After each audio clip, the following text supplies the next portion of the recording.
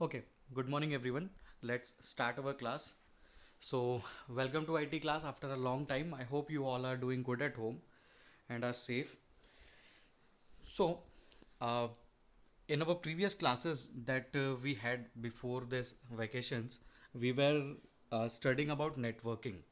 So, we are going to continue the topic and let us revise few things and then we will begin with the topics of today's class. So, in the previous class, what we studied was about what network is. Network was interconnection of various computers. Now, what are the ways, what are the architectures in which computers get connected? So, there were two architectures in which computer gets connected. The first one was peer-to-peer architecture. The second one was client-server architecture. We saw how these two varies from each other, that has been already seen. After that, the thing that we saw was types of network. So types of network, we saw about LAN, WAN, MAN, PAN, whatever the types are that were studied by us. After that, what we studied about what internet is, what intranet is. And then after those things are finished, we then started with this advantages of networking.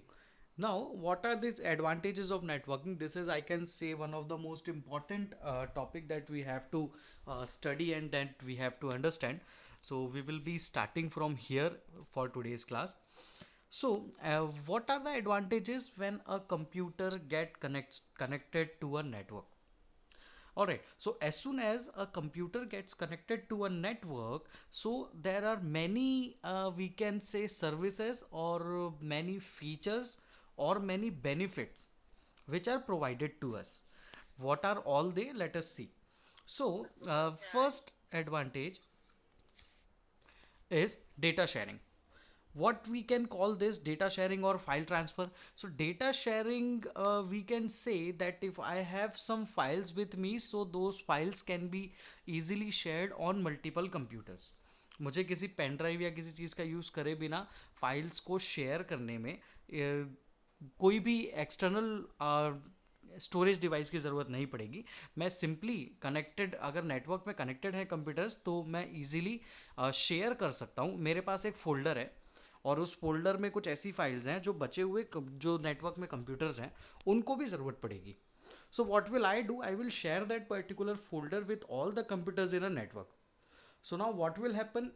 Everybody on the network, if they want to access that folder, if still they does not hold that folder in their computer, but they can access that folder from my computer as well, because I have shared that particular folder with them. तो ऐसा किया जा सकता है. मेरे पास एक folder है जो बहुत काम का है, तो मैं शेयर कर दूंगा, so everybody can access the files from that particular folder. Now the second advantage is file transfer. अब मैंने क्या किया, अभी शेयर किया, एक फोल्डर को शेयर कर दिया, अब आप लोग उसको यूज करते रहो. अब फाइल ट्रांसफर क्या हुआ, मेरे को एक ऑडियो फाइल, एक वीडियो फाइल, एक टेक्स्ट फाइल, एक पीपीटी फाइल, एक एक्सेल फाइल, अगर ऐसी कोई फाइल सामने वाले को सेंड करना है ना, अभी तो शेयर कर दिया था तो उसने वो फोल्डर शेयर कर लिया. अब now I am talking about individual file that I need to send to him.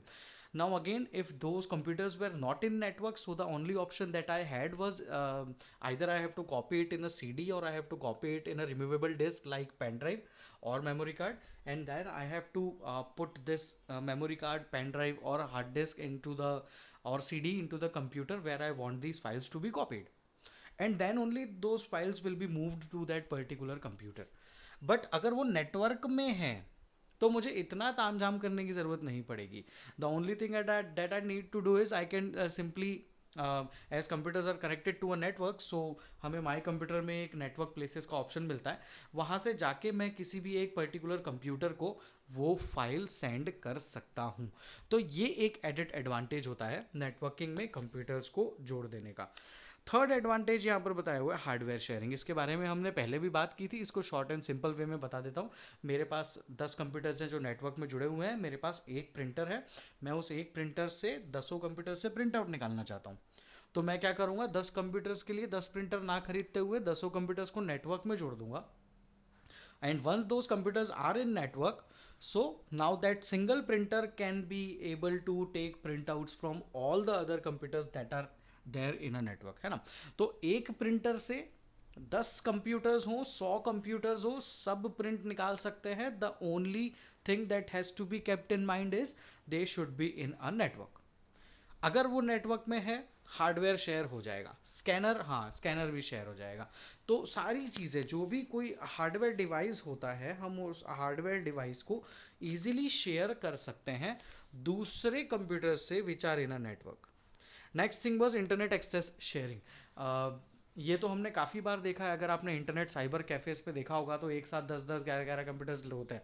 अब क्या होता है, इतने सारे कंप्यूटर्स के लिए वो ऐसा तो करेंगे नहीं कि हर एक कंप्यूटर के लिए एक अलग से ब्रॉडबैंड कनेक्शन लेंगे. अगर ऐसा करने लग गए तो 10-20 हज़ार रुपये तो सिर्फ और सिर्फ ब्रॉडबैंड कनेक्शन का ही उनका चार्ज हो जाएगा. So what they actually do, they take one internet connection, they connect computers to a network, और उसके बाद वो उस इंटरनेट कनेक्शन को सारे के सारे कंप्यूटर्स को, चूंकि उन्होंने नेटवर्क में कनेक्ट कर दिए हैं, तो अब वो उस एक इंटरनेट कनेक्शन को सारे कंप्यूटर्स पर शेयर कर देते हैं. तो क्या होता है कि एक ही इंटरनेट कनेक्शन से मल्टीपल नंबर ऑफ कंप्यूटर्स पे इंटरनेट एक्सेस किया जा सकता है. This is only possible if all the computers are there in a network. All right, this is the same concept that we use inside our labs as well. हम वहाँ पर भी यही करते हैं. इंटरनेट अगर चल रहा है, सब जितने भी कंप्यूटर्स पर जिन पे हमने नेटवर्क कनेक्ट कर रखा है, तो उन पे इंटरनेट चल रहा है. और क्यों चल रहा है? Because all those computers are in a network. Last thing is usage of network based applications. इसका मतलब ये होता है कि जब हम कंप्यूटर्स को नेटवर्क में कनेक्ट कर लेते हैं ना, तो कुछ सॉफ्टवेयर्स होते हैं जिनका यूज़ करके हम नेटवर्क वाले कंप्यूटर से इजीली बात कर सकते हैं. जैसे हम बिना इंटरनेट के नेटवर्क में जुड़े हुए कंप्यूटर्स को मेल कर सकते हैं, उनसे वॉइस कॉल कर सकते हैं, उनसे वीडियो कॉन्फ्रेंसिंग कर सकते हैं. ठीक है, तो ये सारी चीज़ें हम कर सकते हैं उन सारे कंप्यूटर्स के साथ जो नेटवर्क में जुड़े हों. तो वहाँ पर कुछ नेटवर्क बेस्ड एप्लीकेशंस हमें इंस्टॉल करनी होती हैं सिंपली. और जैसे ही हम उन नेटवर्क बेस्ड एप्लीकेशंस को इंस्टॉल कर लेते हैं, तो हम ईमेल कर सकते हैं, वॉइस कॉल कर सकते हैं, वीडियो कॉन्फ्रेंसिंग, वीडियो कॉल्स कर सकते हैं, मैसेजेस एक दूसरे को सेंड कर सकते हैं, इंस्टेंट मैसेजिंग जैसा कोई सॉफ्टवेयर उसमें डाल सकते हैं. तो they are all the benefits that we get once we connect the computers to a network. Alright, तो अब हमें पता चल गया कि नेटवर्किंग में कंप्यूटर्स को जोड़ने के क्या क्या फ़ायदे हैं.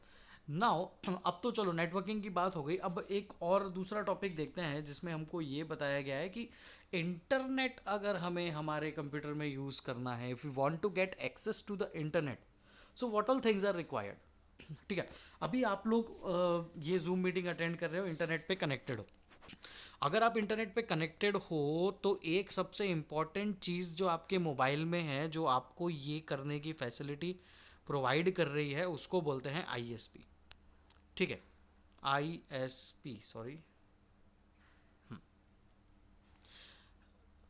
ISP stands for I for internet,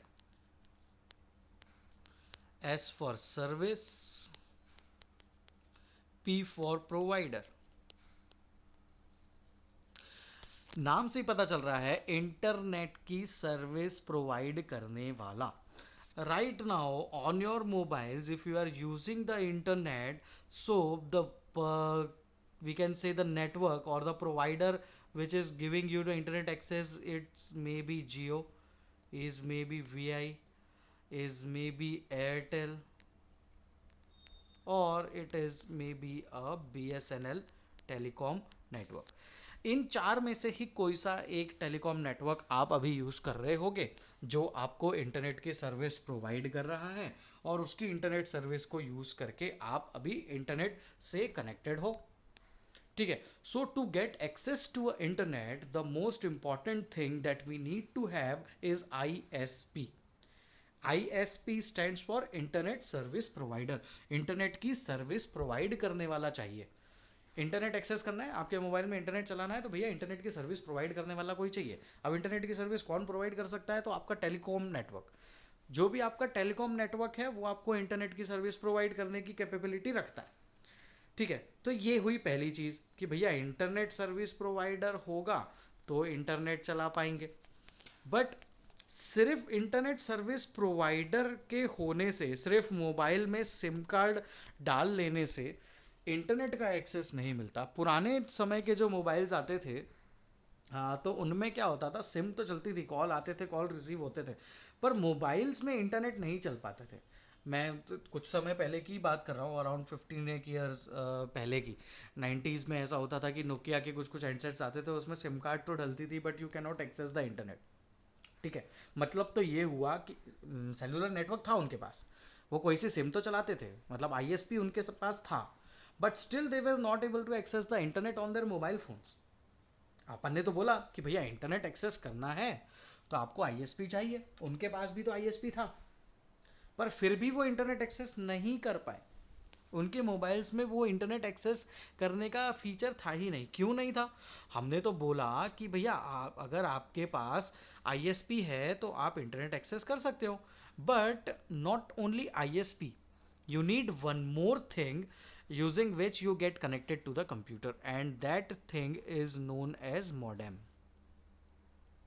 All right, now what this modem stands for? So this modem stands for modulator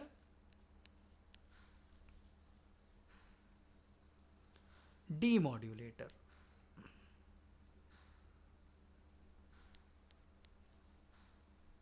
ठीक है, शॉर्ट में लिख दिया मैंने। तो modem stands for modulator demodulator. अब ये नाम इसका पड़ा मॉड्यूलेटर डीमॉड्यूलेटर, मतलब एक चीज़ पता चली कि ये मॉड्यूलेशन और डीमॉड्यूलेशन का काम करता है। अब हम समझते हैं कि ये मॉड्यूलेशन और डीमॉड्यूलेशन होती क्या चीज़ है।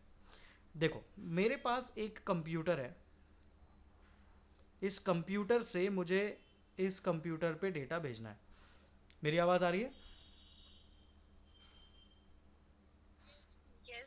ठीक है। मेरे पास एक कंप्यूटर है, ये मेरा सोर्स कंप्यूटर है, ये मेरा डेस्टिनेशन कंप्यूटर है। I need to send data from my source computer to the destination computer. तो इनको अगर डेटा एक दूसरे को भेजना है तो ये इंटरनेट से कनेक्टेड होना चाहिए। अब इंटरनेट से कनेक्टेड है तो हमने माना कि चलो एक केबल के थ्रू ये कनेक्टेड है। ठीक है। अब बात समझना, अब जो होता है यहाँ पर, ये जो मेरा कंप्यूटर है, कंप्यूटर चूँकि इलेक्ट्रॉनिक डिवाइस है, इलेक्ट्रॉनिक डिवाइस होने के कारण ये सिर्फ और सिर्फ डिजिटल सिग्नल समझ पाता है। ठीक है। मैं थोड़ा इधर क्लियर कर देता हूँ और यहाँ पर लिखता हूँ तो ज़्यादा आसानी से समझ में आएगा। मैं इतनी जगह खाली कर लेता हूँ। तो मेरा जो कंप्यूटर है, चूंकि वो एक इलेक्ट्रॉनिक डिवाइस है, तो वो क्या है, वो डिजिटल सिग्नल्स समझने की कैपेबिलिटी रखता है।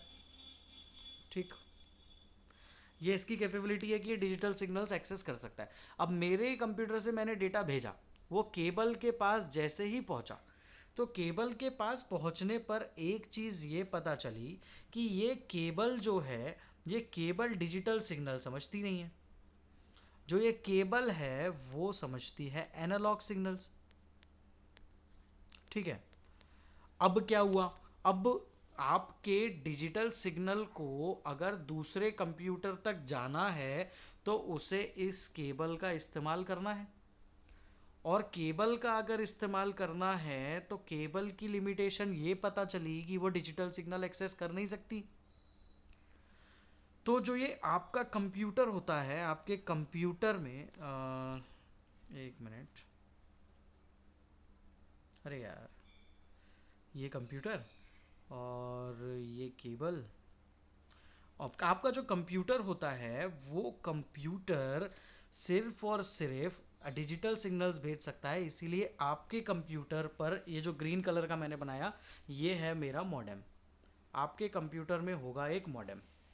ठीक, इस मॉडेम में क्या होगा, ठीक है, आवाज़ मैं देखता हूँ क्यों नहीं आ रही है क्लियर। इस मॉडेम में क्या होगा, ये मॉडेम क्या करेगा, मेरे पास जो डिजिटल सिग्नल्स हैं उन डिजिटल सिग्नल्स को एनालॉग सिग्नल में कन्वर्ट करेगा, और एनालॉग सिग्नल, अब जब वो एनालॉग सिग्नल में कन्वर्ट हो चुके हैं तो अब वो केबल के थ्रू इजीली पास हो सकते हैं। तो अब वो डेटा मेरा यहाँ से यहाँ तक गया, अब दूसरे कंप्यूटर के पास पहुंचा। Now again this signal is right now in an analog signal format. अब analog signal is not understood by the computer, so what will happen, at this point also on the destination computer also there will be a modem. what this modem will be do, अब ये modem क्या करेगा, जो analogue signal cable के through आए हैं ये उन एनालॉग सिग्नल को अब डिजिटल सिग्नल में कन्वर्ट करेगा। ठीक है, अब जब ये एनालॉग सिग्नल डिजिटल सिग्नल्स में कन्वर्ट होंगे,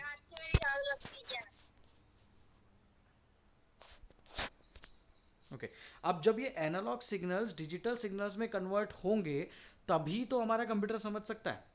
तो जो मॉडेम होता है, अब समझो, जो मॉडेम होता है, मॉडेम का काम होता ही है क्या, कि कंप्यूटर से लिए हुए डिजिटल सिग्नल को एनालॉग सिग्नल में कन्वर्ट करो। इस प्रोसेस को बोलते हैं modulation. Conversion of digital signal to analog signal is known as modulation.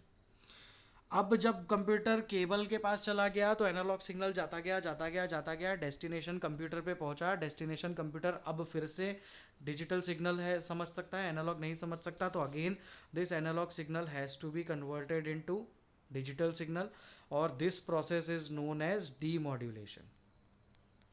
ठीक है, इस प्रोसेस को बोलते हैं डीमॉड्यूलेशन। तो जो मॉडेम होता है वो मॉड्यूलेशन और डीमॉड्यूलेशन का काम करता है। मॉड्यूलेशन और डीमॉड्यूलेशन से हम क्या समझते हैं? मॉड्यूलेशन और डीमॉड्यूलेशन का मतलब ये हुआ कि conversion of digital signal to analog signal and conversion of analog signal to digital signal, this process is modulation and demodulation. ये करने की क्यों ज़रूरत पड़ी? क्योंकि जब हम इंटरनेट पे डेटा भेजना चाहते हैं तो वहाँ पर हमें केबल्स के थ्रू डेटा अगर भेजना है तो एनालॉग सिग्नल में हमारे डिजिटल सिग्नल को कन्वर्ट करना पड़ेगा। ठीक है, तो इस तरीके से हम मॉडेम को यूज़ करते हैं। तो पुराने मोबाइल्स में मॉडेम नहीं होते थे, मॉडेम नहीं होते थे तो they were unable to get access to the internet. आज के समय में अगर आपके मोबाइल में अभी इंटरनेट चल रहा है तो आपके मोबाइल में डेफिनेटली मॉडेम इंस्टॉल्ड है। ठीक है, अगर मॉडेम नहीं होता, सिर्फ आईएसपी होता आपके पास, तो इंटरनेट एक्सेस नहीं हो सकता था। तो इंटरनेट एक्सेस करने के लिए मॉडेम भी बहुत ज़रूरी होता है। Alright, now let us see the next topic. Next topic is about various types of common internet connectivity. अब इंटरनेट पे कनेक्ट होने के लिए अब हमको एक बात पता चल गई कि भैया इंटरनेट चाहिए, मतलब आईएसपी चाहिए और मॉडेम चाहिए। अब इंटरनेट कनेक्टिविटी के भी बहुत सारे अलग अलग टाइप्स हैं। There are various types using which we can connect to the internet. अब कौन कौन से टाइप्स हैं तो चलो वो देखते हैं। इसमें से यहाँ पर देखो, यहाँ पर लिखा हुआ है वायर्ड और वायरलेस। एक बात तो पक्की है कि यहाँ पर इंटरनेट कनेक्टिविटी पाने के दो तरीके हैं।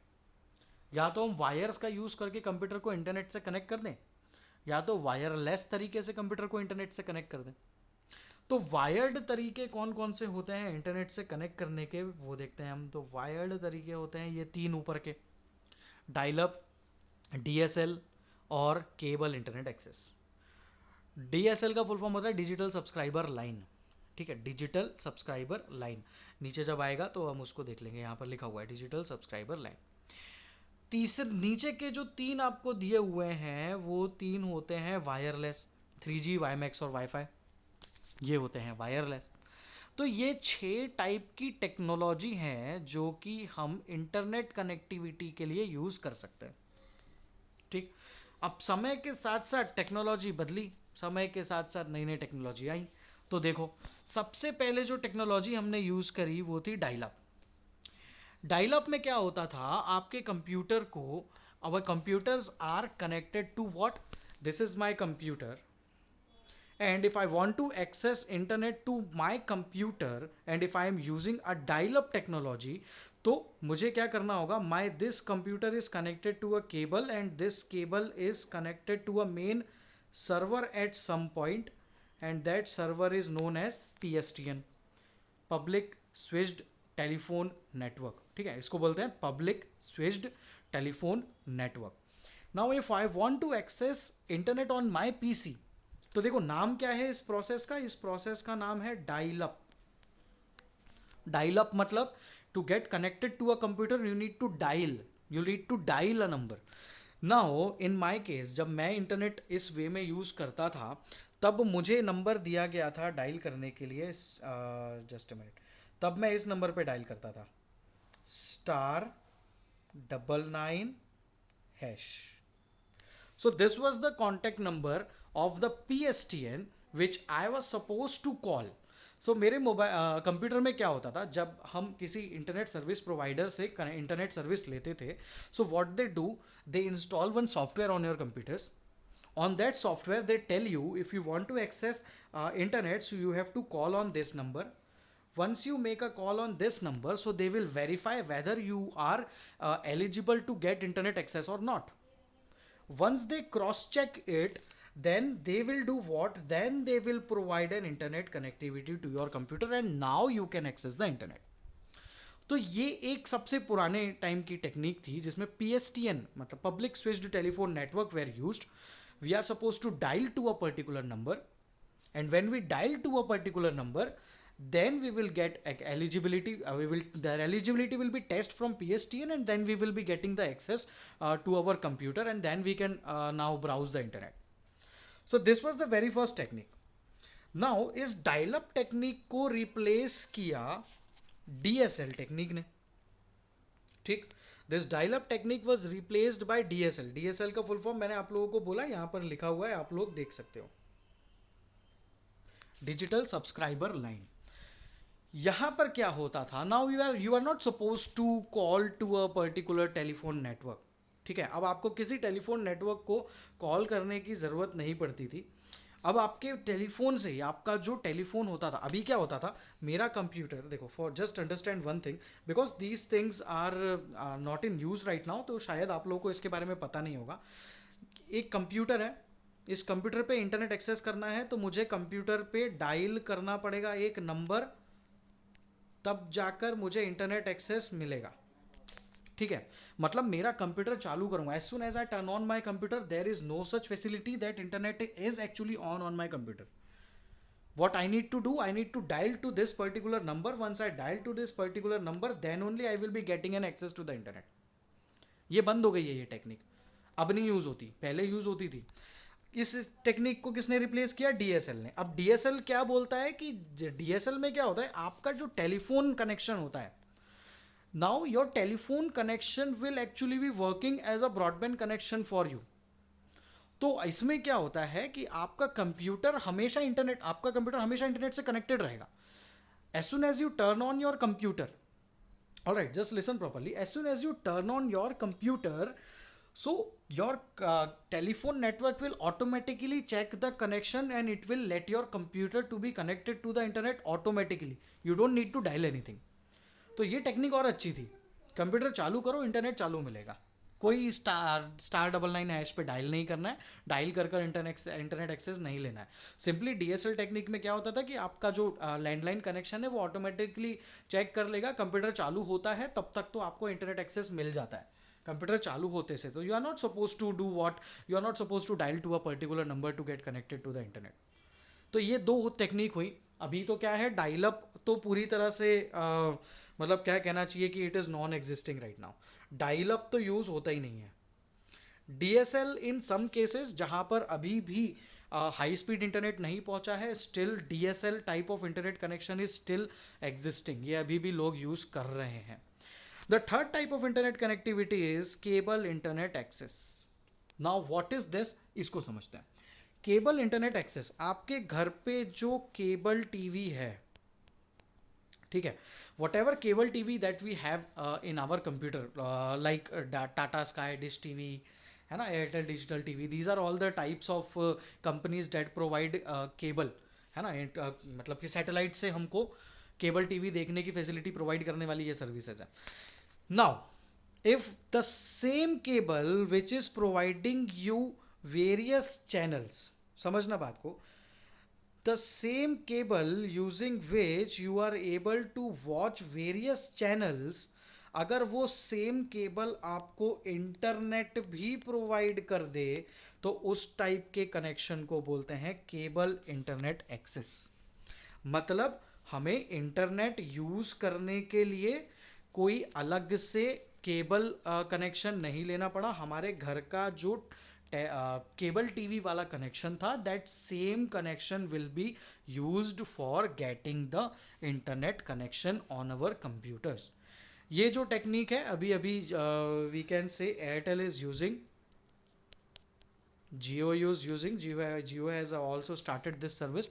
तो ये दो कंपनीज अभी ये सर्विस यूज़ करती हैं, अभी भी इनके सब्सक्राइबर्स हैं। और ये काफ़ी अच्छी टेक्निक होती है, क्योंकि क्या होता है कि एयरटेल का ही इंटरनेट हो गया आपके पास, एयरटेल का ही केबल कनेक्शन हो गया आपके पास, तो कभी कभी क्या होता है, they do provide some relaxation in the subscriptions, है ना। तो इस तरीके से इनको डबल फ़ायदा हो जाता है कि आपको उन्होंने दो चीज़ें बेच दी, आपको उन्होंने केबल कनेक्शन तो बेचा ही बेचा, आपको उन्होंने इंटरनेट कनेक्शन भी बेच दिया, है ना। So they are having a large customer base using this technique. तो ये एक बहुत अच्छा तरीका था cable internet access. Cable internet access में आपके घर पे जो सेट टॉप बॉक्स लगा है, that set top box cable जो आपकी टीवी में लगती है, that same cable is capable of providing the internet connectivity to your computers. ये हुए तीन, ये जो हमने अभी तीन देखे, ये तीनों थे वायर्ड, मतलब कहीं ना कहीं वायर्स का इस्तेमाल हो रहा था, हमारे कंप्यूटर को वायर से कनेक्ट करना पड़ेगा इंटरनेट एक्सेस करने के लिए। But what if I want to keep I want to have a mobility on my laptop. Mobility मतलब क्या, कि मैं एक जगह से दूसरी जगह लेके घूम सकूं मेरे लैपटॉप को, और मेरे लैपटॉप में इंटरनेट चलता रहे, है ना। अगर मैं ऐसा करना चाहता हूं तो ये तीनों टेक्निक्स कहीं ना कहीं वहां पर फेल हो जाएंगी। क्यों फेल हो जाएंगी? क्योंकि मुझे तो इंटरनेट से कनेक्टेड रहना है और केबल्स भी नहीं कनेक्ट करनी। तो these techniques are now we can say a bit difficult for us to use. तो यहाँ पर आती हैं कुछ और चीज़ें जिनको बोलते हैं 3G, वाईमैक्स और wifi. 3G third generation of internet connection, ये तो आज के समय में अब कम हो गया है। अब हम लोग किस पे वर्क कर रहे हैं? हम 4G पे वर्क कर रहे हैं, ठीक है। तो 4G यूज़ होने लग गया है। 3G जो होता था वो एक टेक्निक होती थी HSDPA, वो HSDPA टेक्निक का यूज़ करता था और उससे हमें इंटरनेट प्रोवाइड करता था, ठीक है। HSDPA क्या होता है, तो देखो यहाँ कहीं पर फुल फॉर्म लिखा होगा। HSDPA का फुल फॉर्म होता है high speed downlink packet access. ये एक टेक्निक है, we are not getting into the details of this, पर ये नाम समझ लो। 3G टेक्निक HSDPA पे चलती थी। 4G टेक्निक काय पे चलती है? 4G टेक्निक चलती है LTE पर। देखा होगा आपने, कहीं कहीं पर लिखा आता है VoLTE, voice over LTE। LTE क्या होता है? Long term evolution. LTE का फुल फॉर्म होता है long term evolution. This is one technique, ये एक टेक्निक है जो 3G से फास्ट होती है, और 3G से फास्ट होने के साथ साथ यहाँ पर क्या होता है, 4G के थ्रू अगर आप कनेक्टिविटी लेते हो तो आपके जो कॉल्स होते हैं वो भी इंटरनेट कॉल्स में कन्वर्ट हो जाता है। मतलब अभी तक 3G में क्या होता था, इंटरनेट कॉल्स नहीं होते थे, बट 4G यूज़ करने पर क्या हुआ, हमें इंटरनेट कॉल्स की फैसिलिटी मिली। हमने देखा ना, कभी हमने फ्री कॉल की फैसिलिटी नहीं देखी थी, पर जब से जियो लॉन्च हुआ है क्या हो गया, free calls to any network. How is it possible? So it is possible due to LTE, ठीक है। ये सिर्फ और सिर्फ LTE के थ्रू पॉसिबल है, क्योंकि LTE टेक्निक ही होती ये है कि उसमें आपके सेलुलर नेटवर्क की कम यूज़ करके आपके इंटरनेट नेटवर्क का यूज़ करेंगे, और आपको कॉलिंग, वीडियो कॉलिंग सारी फैसिलिटीज़ प्रोवाइड कर देंगे। कभी कभी तो आपने देखा होगा कि जियो टू जियो कॉल करो, इंटरनेट कनेक्टेड नहीं भी हो तो भी कॉल्स हो जाते हैं, वीडियो कॉल्स भी हो जाते हैं। ईजिली वीडियो कॉल्स भी कर सकते हो अगर आप जियो टू जियो यूज़ कर रहे हो तो। You are not suppose to have an internet connection for that. बिना इंटरनेट कनेक्शन के भी Jio to Jio calls, video calls हो जाते हैं। तो ये कैसे पॉसिबल हुआ? तो ये पॉसिबल हुआ इस LTE टेक्निक के थ्रू, ठीक है। तो इसके बारे में आप लोग और इंटरनेट पे पढ़ सकते हो। 3G के बारे में आपको अगर देखना हो तो मैंने आपको समझा दिया है और यहाँ पर भी लिखा हुआ है। One more thing is WiMAX. WiMAX क्या होता है? अगर एक बड़े जोग्राफिकल एरिया में, जैसे कि if I talk about Khandwa, if to a very large geographical area if I want to provide internet connectivity, है ना, एक बड़े से जोग्राफिकल एरिया में मुझे अगर इंटरनेट कनेक्टिविटी चाहिए तो वाईफाई काम नहीं देगा, अब काम देगा वाईमैक्स। वाईमैक्स वाईफाई का एक बड़ा रूप है। वाईमैक्स का फुल फॉर्म क्या होता है? तो वाईमैक्स का फुल फॉर्म होता है, ये यहाँ पर आपको लिखा हुआ दिख जाएगा, world wide interoperability for microwave access. World wide interoperability for microwave access क्या होता है? दिस इज डिवाइस जो आप किसी एरिया के सेंटर पॉइंट पे लगा सकते हो, और उस जोग्राफिकल एरिया के बहुत लॉन्ग, मतलब कि मैनी किलोमीटर्स तक आपको इंटरनेट एक्सेस मिल जाएगा। तो ये होता है वाईमैक्स, ठीक है। एक और तरीका, अब वाईमैक्स कहाँ पर यूज़ कर सकते हो? तो देखो, जैसे कि एक बहुत बड़ी नदी है और आपकी नदी के एक साइड पर इंटरनेट चल रहा है, नदी के दूसरे साइड इंटरनेट नहीं चल रहा, तो क्या पानी के अंदर से केबल बिछाएंगे हम, है ना? We are not going to lay a cable inside the that river और वट एवर इट इज़। तो हम क्या कर सकते हैं, वहाँ पर वायरलेस तरीका यूज़ करना पड़ेगा। And WiMAX is the most, we can say the most possible connection that we can use for getting connection to a area where cables are not reachable.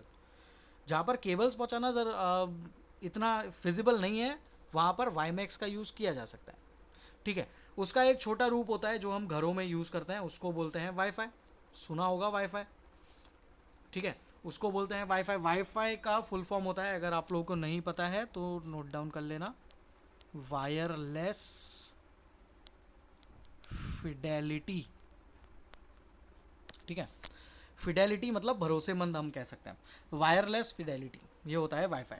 Wifi कहाँ यूज़ होता है? तो wifi is used actually in the areas where we need a short range of internet connectivity and where we don't want to connect through the cables। मतलब होगा wireless, पर range कैसी होगी? Range बहुत कम होगी, रेंज कोई हमारी वाईमैक्स जितनी नहीं होगी। ठीक है, तो इसको बोलते हैं वाईफाई। वाईफाई कहाँ कहाँ आप लोगों ने देखा होगा यूज़ होते हुए? तो वाईफाई का यूज़ होते हुए आपने शॉपिंग मॉल्स, कॉफ़ीज़, रिजॉर्ट्स, ठीक है, तो ऐसी जगहों पर आपने कहीं ना कहीं वाईफाई का यूज़ होता हुआ देखा होगा। So these were the various ways of getting connected to the internet. ये कुछ टाइप्स थे जिनका यूज़ करके हम इंटरनेट पर कनेक्ट हो सकते हैं। Alright, so students, these were the topics that we were supposed to study today. I hope these topics are clear to you. If you think that some of the topics are not clear to you, so you can ask me right now.